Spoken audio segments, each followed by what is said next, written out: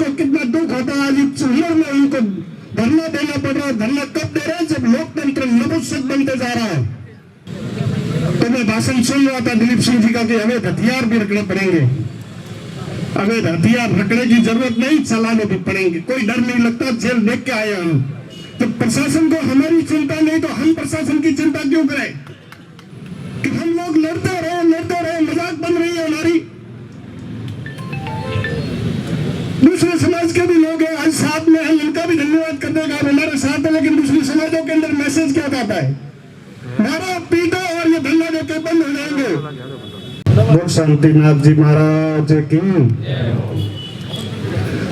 अब आपने पीछे घूमने को बोला है, जानी तो आवाज ही है केवल, और संत महात्मा विराजे हैं तो मैं उल्टा घूम के खड़ा नहीं रह सकता, ये भी सम्मान का विषय। लेकिन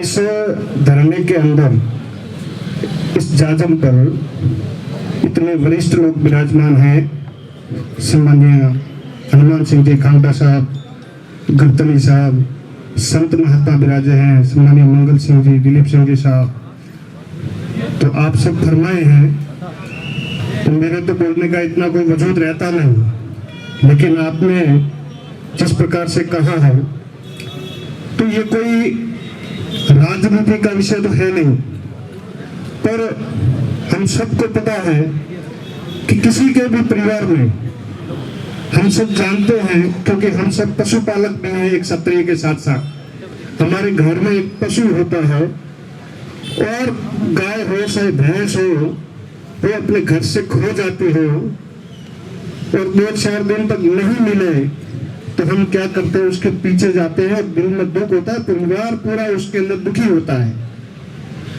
तो इनके तो घर से इनका बेटा गया है। मैं सहमत हूँ, सम्मान्य रविंद्र सिंह जी साहब ने फरमाया कि भाई उम्रदार है और इनको संघर्ष नहीं कराना चाहिए, संघर्ष हमें करना पड़ेगा और करना पड़ेगा, इसमें क्या दौरा है। लेकिन जो मैं बात बोलूंगा शायद पहले सभी वक्ता बोल चुके होंगे, लेकिन कोई बात ऐसी आए दोबारा भी हो सकती है। मैं आते आते भाषण तो सुनते आया हूँ गाड़ी के अंदर, सम्मानित दिलीप सिंह जी साहब का भाषण चल रहा था, वो सुनना जरूरी था मेरे लिए। लेकिन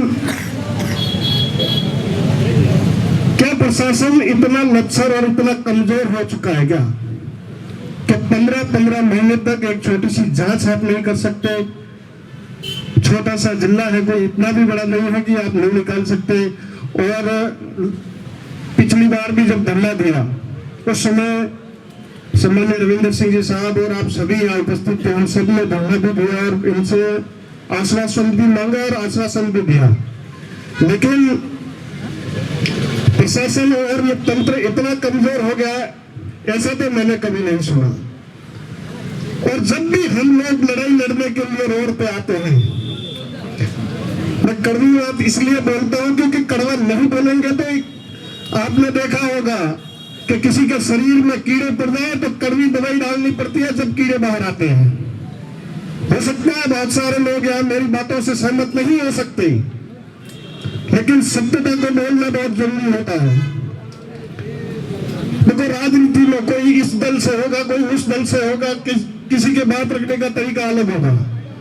लेकिन हम एक बार के लिए इस बात को सोचें कि अपने घर से अगर किसी के परिवार में अपने खुद का बच्चा 2 दिन घर पे नहीं आया, खो जाए तो क्या महसूस होगा? उसको एक बार के लिए महसूस करके देखिए आप। अगर किसी का बेटा नहीं है तो भाई जाता है, तो उसको कितना दुख होता है। आज इस उम्र में उनको धरना देना पड़ रहा है। धरना कब दे रहे हैं? जब लोकतंत्र नपुंसक बनते जा रहा है। हर जगह जिस पटल पर जाके खड़े रहते हैं वहां पर हमें लोकतंत्र और संविधान की पाठ पढ़ाया जाता है।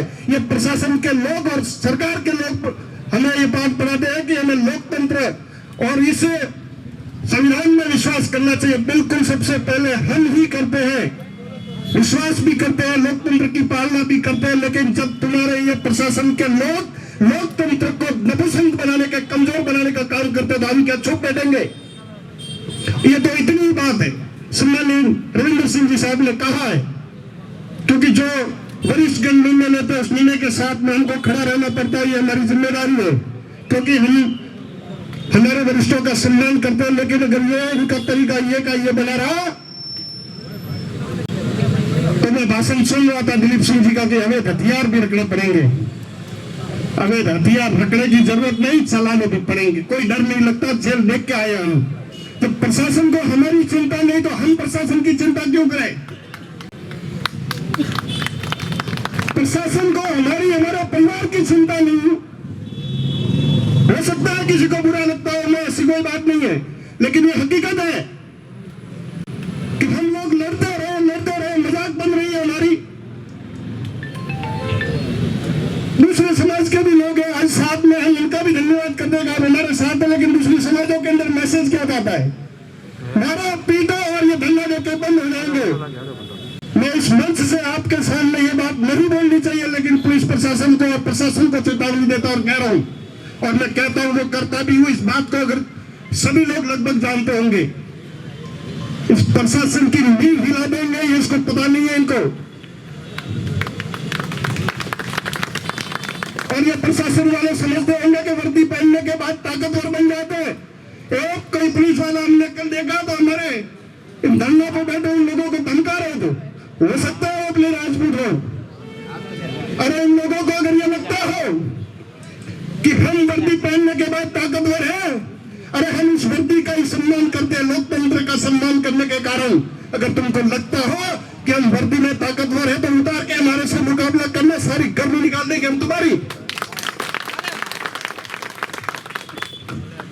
ये भाषा में आपकी तालियां बजवाने के लिए और वीडियो बनाने के लिए नहीं बोल रहा हूं, ये मेरी अंतरात्मा से निकल रहा है। एक बुजुर्ग माता जी, उनको धन्यवाद। अब इससे ज्यादा तो आंखों से पानी निकलने की बात रह गई और कोई अपने पास बात ही नहीं रही। और आप अगर इतनी बातें सबने की है तो आपके पास इसके अलावा कोई ऑप्शन मिला है, कोई है ऐसा दिमाग में तो बताओ। आपने बोला हम जयपुर जाएंगे, जोधपुर जाएंगे। सम्माननीय हनुमान सिंह जी खंडवा साहब जैसे हमारे मार्गदर्शक भी यहाँ विराजे हैं, जो हर समय लड़ाई लड़ते हैं, आपके नेतृत्व में हम यह भी करेंगे। लेकिन इसके बाद भी नहीं हुआ तो हम क्या करेंगे? इसकी तो जिम्मेदारी हमको होनी चाहिए। और मैं सत्य और सहमत हूं दिलीप सिंह जी के उस बात से कि वास्तव में जब तक हम खुलकर बाहर नहीं निकलेंगे उनको हमारा डर नहीं होगा। सम्मानित छोटू सिंह जी भी बना रहे हैं,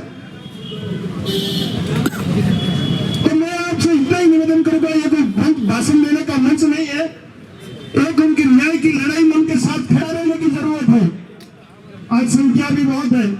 सम्माननीय रविंद्र सिंह जी साहब ने कहा कि हमको आईजी साहब को मिलना है, हम आईजी साहब को भी मिलेंगे, हम बजरंगलाल जी को भी मिलने तो मिलेंगे, और उसके बाद में भी अगर न्याय नहीं मिला तो सुंदर प्रशासन वालों तुम्हारी नींव उतार के फेंक देंगे। ये आज एहसास करवा के दारे, आश्वासन दे के दारे।